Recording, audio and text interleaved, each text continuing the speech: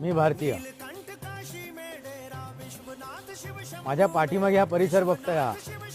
हा परिसर आहे देवगडच्या कुणकेश्वर मंदिराचा, शंकराचं देवस्थान.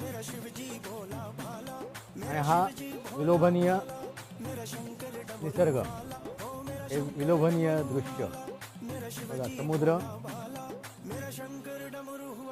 अथांग समुद्र,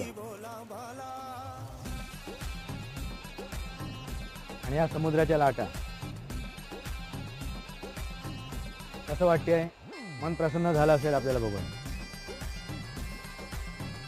हा आस्वाद मी तुमच्याबरोबर एकदा घेतो, तुमच्यासोबत, माझ्या चाहत्यांसोबत, माझ्या प्रेक्षकांसोबत, माझ्या मित्रमंडळीसोबत.